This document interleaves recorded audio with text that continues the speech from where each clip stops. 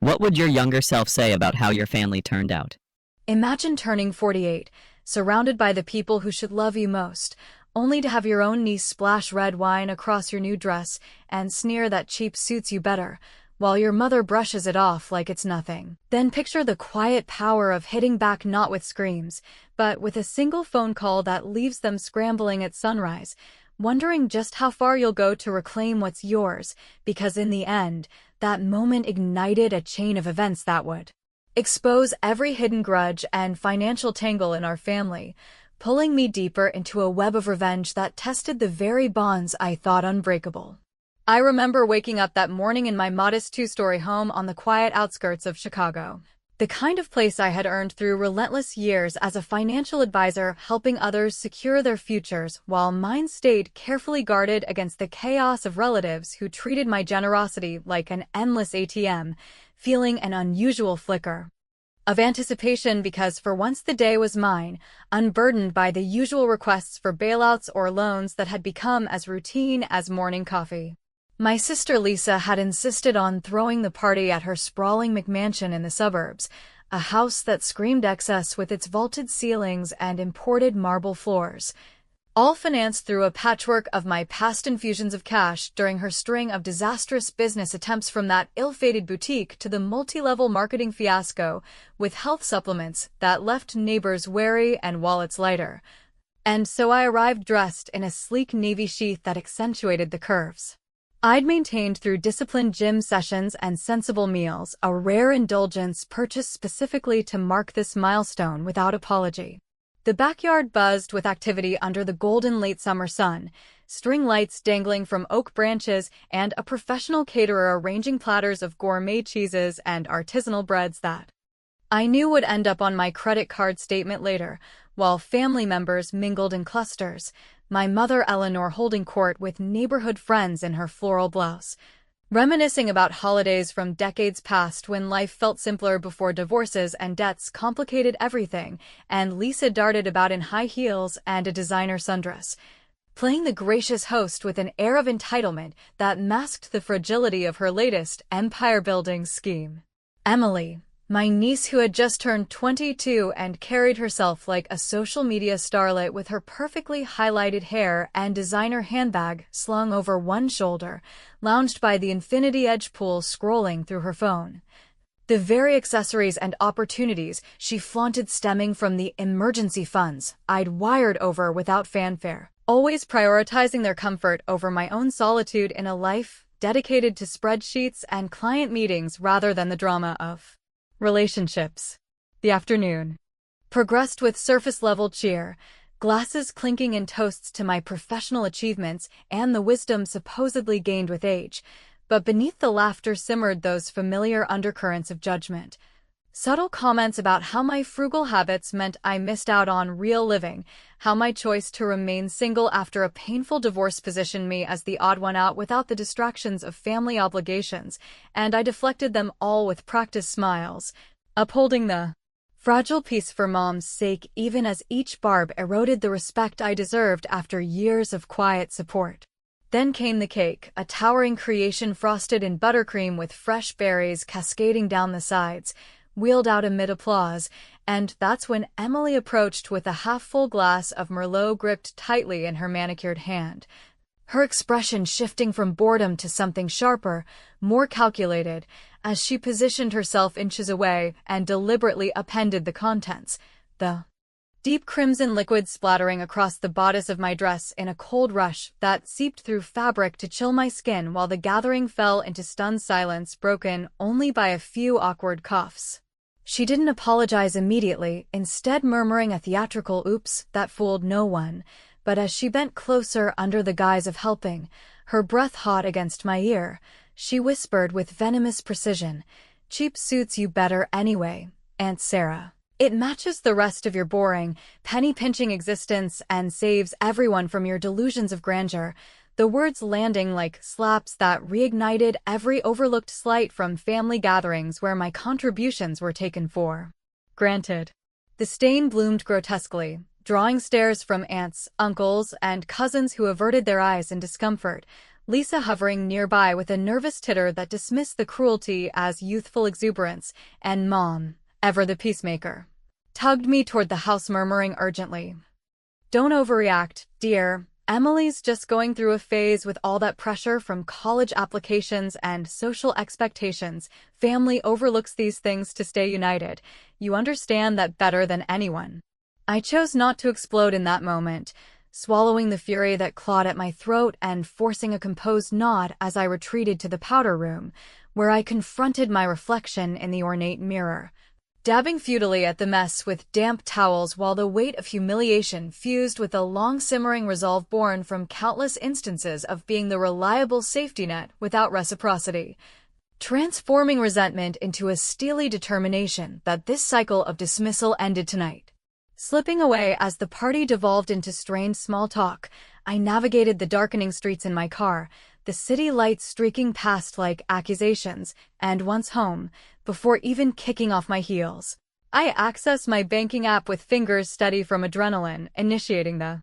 cancellation of Lisa's primary credit card under the pretext of potential fraud, a move that severed the lifeline to their indulgences since I held the auxiliary access from years of co-managing the household trust after Dad's passing. Sleep evaded me that night, the ruined dress discarded in the hamper as I lay awake envisioning the dawn's chaos, and indeed, as the first rays pierced my curtains, my phone erupted with notifications. Lisa's frantic voicemail about her card failing at the all-night pharmacy for essentials, followed by Emily's panicked outburst over her prized SUV, the luxury model I'd co-signed as a misguided graduation surprise, being hauled away by the repossession team because automated payments linked to the frozen account had defaulted overnight, leaving her stranded in the driveway with disheveled hair and wide-eyed shock. A wry satisfaction warmed me as I savored black coffee on the Duquesne porch, the neighborhood stirring to life around me. But then Mom's call pierced the calm, her tone laced with reproach and urgency as she demanded an immediate family summit to address this unforgivable overstep, and in that instant, staring at the horizon where the sun promised revelations, I sensed that my measured retaliation had only cracked open a Pandora's box of secrets, propelling us all toward confrontations that would redefine loyalty in ways none of us could predict. That insistent call from Mom pulled me from the porch like a magnet toward inevitable confrontation, her voice cracking over the line with a blend of maternal concern and veiled accusation that made my stomach twist as I agreed to head over to Lisa's immediately. Navigating the familiar suburban streets lined with maple trees shedding their autumn leaves in swirling eddies that mirrored the turmoil brewing inside me after the night's calculated strike against their financial facade. Arriving at the McMansion just as the clock ticked past 8, I found the front door ajar and the air inside thick with the aroma of hastily brewed coffee mingled with the undercurrent of panic. The granite kitchen island serving as an impromptu war room where Lisa paced in her rumpled silk robe, her perfectly coiffed hair now a tangled testament to a sleepless night, while Emily slumped on a bar stool scrolling furiously through her phone with tear-streaked cheeks, the absence of her SUV, leaving a glaring void in the driveway visible through the bay window. Mom hovered near the sink, clutching a mug like a shield, her eyes darting between us all as she launched into a plea for reconciliation before anyone could speak, emphasizing how blood ties outweighed any momentary financial hiccups and reminding me of the times I'd benefited from family support during my own divorce a decade ago, though we both knew those instances paled against the one-sided ledger of my contributions from covering Lisa's alimony shortfalls to funding Emily's aborted college stint. Lisa whirled on me the moment I crossed the threshold,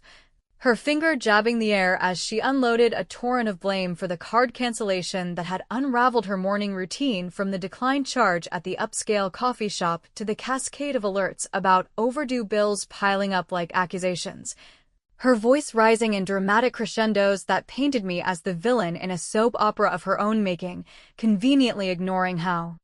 her latest investment in a trendy essential oils network had siphoned thousands without a single return. I settled onto a stool with deliberate calm, pouring a cup from the pot she'd splurged on during better days, and responded not with defensiveness, but with a measured recounting of the suspicious activity I'd flagged through my professional oversight of the family trust established after Dad's death 15 years prior, subtly revealing the extent of my control by mentioning how I'd quietly monitored the accounts to prevent exactly this kind of overextension. A revelation that widened eyes around the room as Emily's head snapped up, her demand for details cutting through the tension like a knife. She leaned forward, her manicured nails tapping the counter in rhythm with her growing agitation, insisting I explain the repossession in excruciating detail from the cosign I'd reluctantly provided on her vehicle as a supposed gesture of auntly pride to the automated defaults.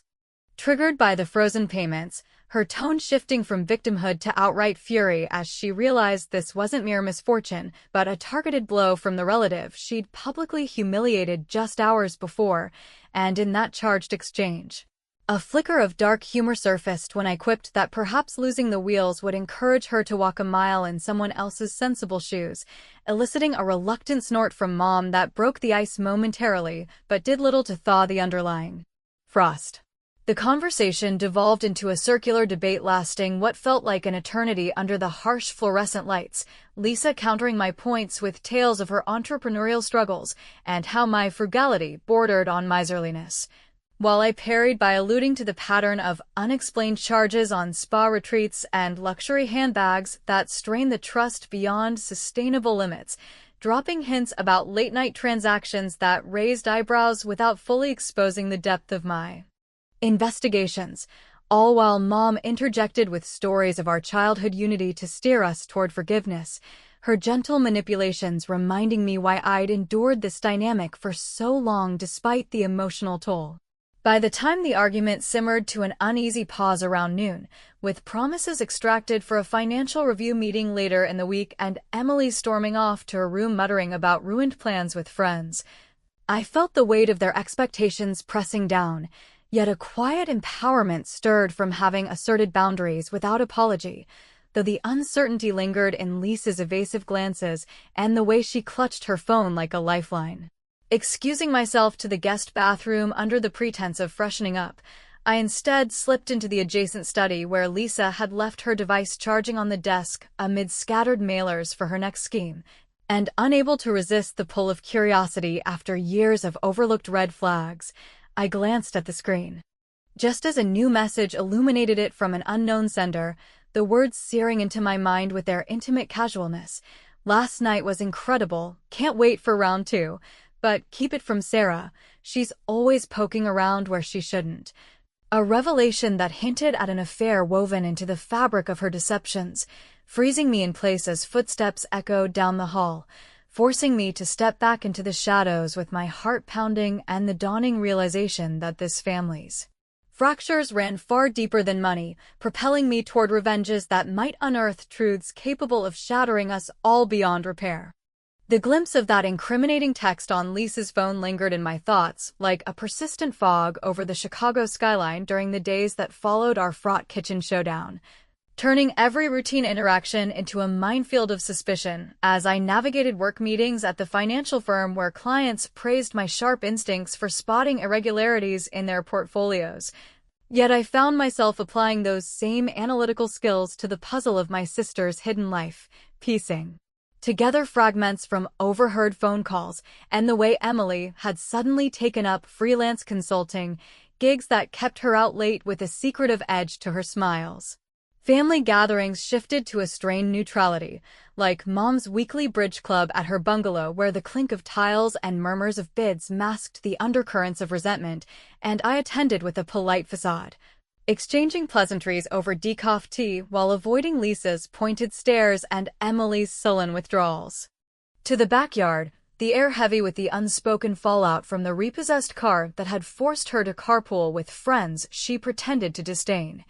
A humbling twist that brought a private chuckle when I imagined her trading luxury leather seats for public transit's unpredictability. Mom cornered me one crisp evening after the game as we cleared the table laden with lemon bars and finger sandwiches, her hands trembling slightly on the dishcloth as she pulled me aside into the sunroom overlooking the garden where fall mums bloomed defiantly.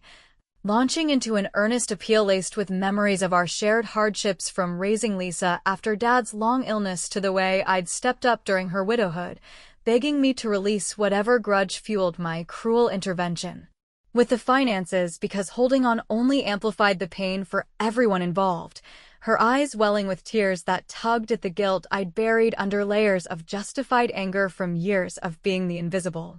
pillar. For a heartbeat, her words nearly swayed me, evoking the warmth of childhood summers at the lake house before money became the family's fault line. But the echo of Emily's sneer and the fresh sting of that affair hint pushed me to probe gently about Lisa's recent networking absences, eliciting a flustered deflection from Mom that only deepened my determination to unravel the threads without her rose-tinted mediation, so I nodded sympathetically while inwardly resolving to trace the anomalies through my trusted advisor tools during off hours. Diving into the digital trails from my home office that night, surrounded by the soft hum of my laptop and the distant rumble of commuter trains, I uncovered Emily's deeper entanglement in Lisa's messes. Her so-called side hustle as a social media promoter for unregulated wellness products, funneling suspicious deposits into offshore linked accounts that skirted tax reporting thresholds, a shady operation blending influencer endorsements with pyramid-style recruitment that explained the influx of cash for designer splurges amid Lisa's proclaimed lean times, and the realization hit with a mix of betrayal and wry amusement at how my niece, armed with a half-finished communications degree, had pivoted to this under-the-radar scheme that could invite scrutiny from financial watchdogs if exposed properly. Seizing the opportunity for a revenge that felt both clever and calibrated, I composed an anonymous tip to the state's Consumer Protection Bureau from a VPN-shielded email, infusing it with ironic flair by quoting Lisa's own Instagram captions about empowering women through bold ventures to underscore the hypocrisy without direct accusation. Then hit send with a surge of adrenaline that masked the ethical twinge of dragging innocence, though Emily was hardly that, into the spotlight, watching. Over the subsequent week, as ripples spread through subtle changes like Lisa's abrupt cancellation of a planned girls' trip and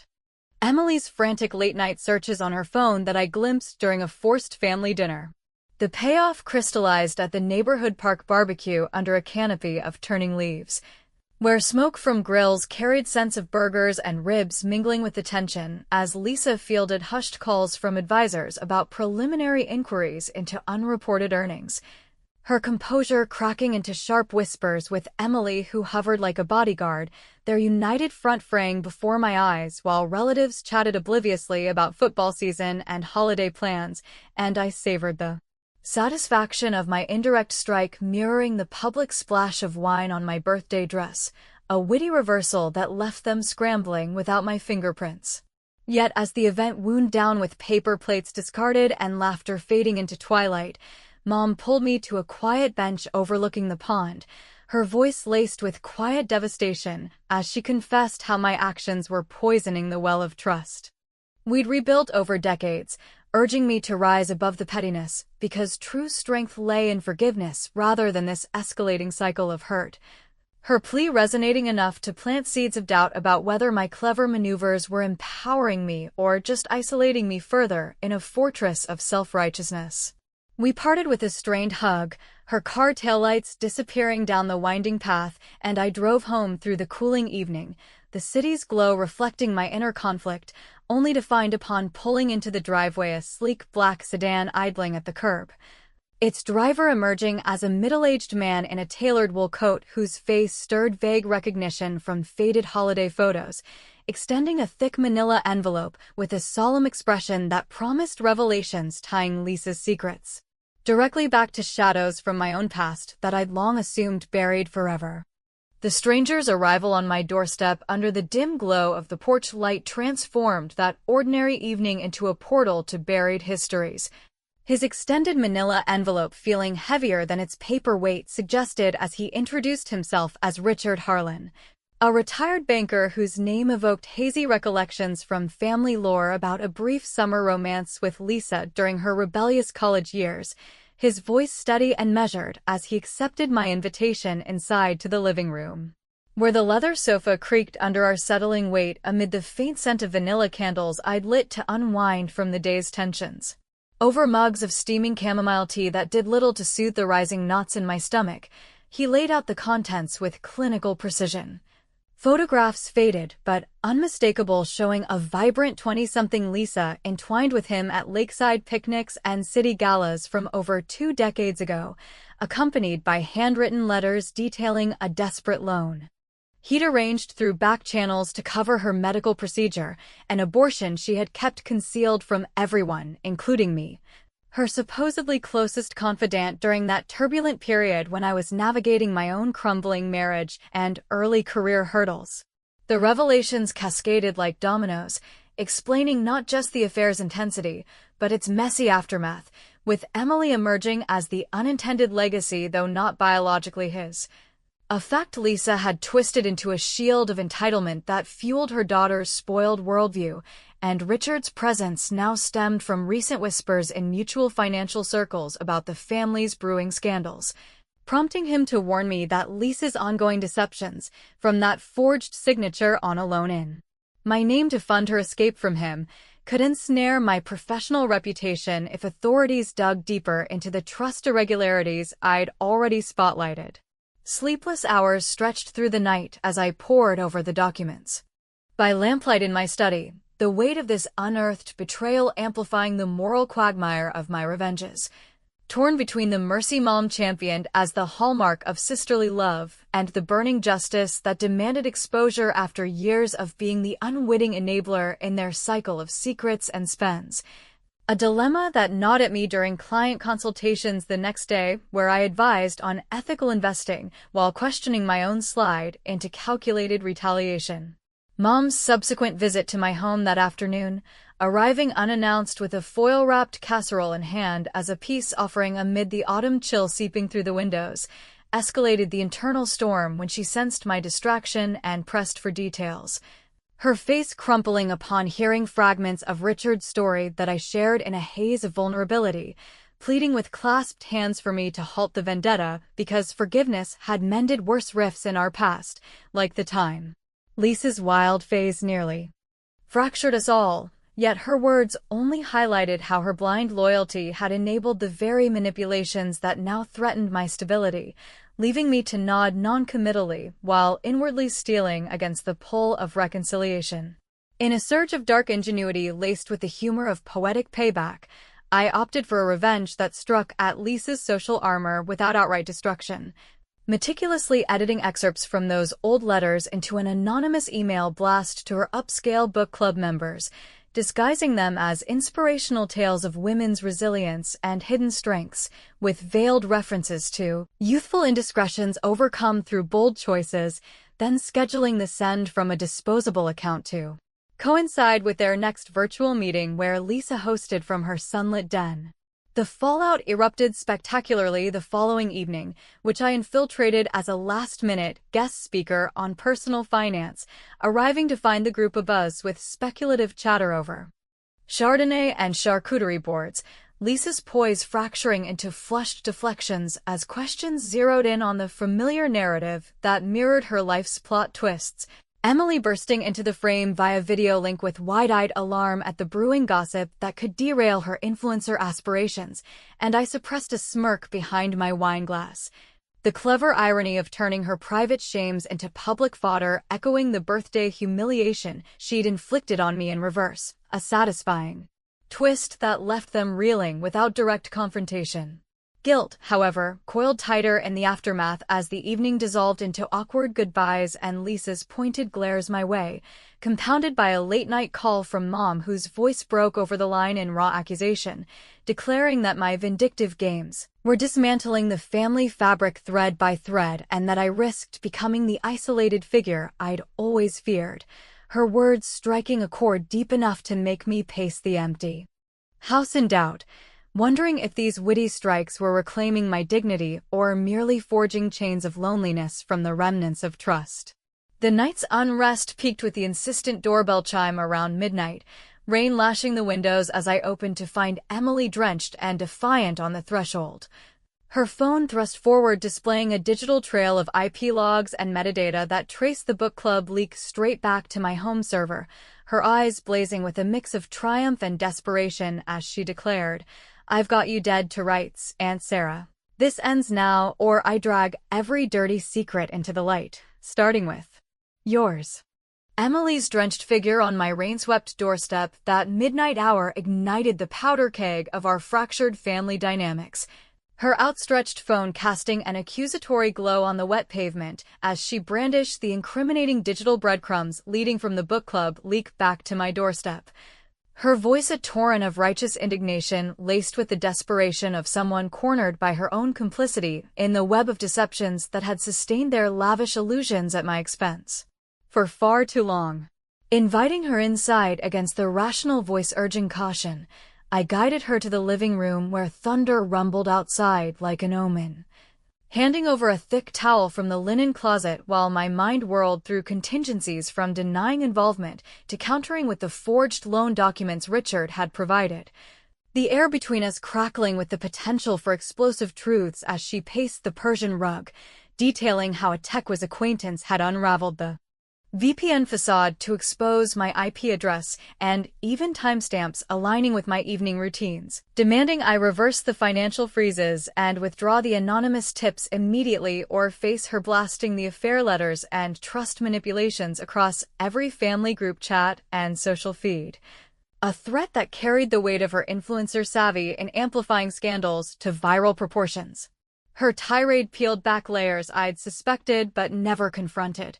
slipping revelations about how Lisa had not only forged my signature on that long-ago loan to flee Richard's entanglement, but had also siphoned portions of the family trust during my grief-stricken year after the divorce to fund Emily's private school tuition and extracurriculars, painting a picture of calculated betrayals that made my pulse thunder with a mix of fury and vindication, yet her wide-eyed plea for understanding, claiming it was all to protect their fragile stability in a cutthroat world, stirred an unwelcome flicker of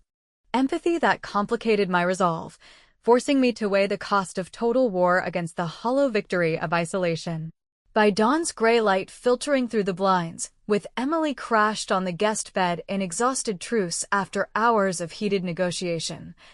I orchestrated the final gathering via group texts summoning Lisa and Mom to my home under the guise of a mediated resolution, the dining room table soon laden with coffee urns and danishes from the corner bakery as a neutral backdrop to the reckoning, where I arranged the damning printouts in neat stacks like evidence in a courtroom drama, my voice steady, as I unveiled the full architecture of my retaliations from the initial card cancellation that triggered the repo chain reaction to the layered tips and leaks designed to mirror their dismissals back at them with precision and irony. Lisa arrived first, her eyes red-rimmed and defensive, clutching her purse like armor, followed by Mom whose hopeful expression crumbled upon seeing the array of documents, and as Emily emerged from the hallway to join the circle, the room thickened with anticipation. My opening salvo, a wry recounting of the birthday wine incident reframed through the lens of accumulated slights that had eroded my role from supporter to scapegoat, then transitioning seamlessly into the exposures. Richard's affair timeline cross-referenced with bank records showing diverted funds, Emily's side hustle deposits traced to Lisa's offshore maneuvers, and the crowning clever payback, a custom-edited video montage compiled from years of family footage, set to a jaunty soundtrack of empowerment anthems, highlighting their ungrateful highlights, from ignored thank yous at holidays to the sneering toasts at gatherings, ready for anonymous distribution to their extended networks if reconciliation faltered. The video played on my laptop screen, eliciting gasps and denials that dissolved into confessions under the mounting evidence, Lisa breaking first, with sobs admitting the forgeries stemmed from panic over the pregnancy scare and subsequent debts that spiraled into a lifetime of shortcuts, Emily following with halting apologies for her entitlement born from never facing consequences,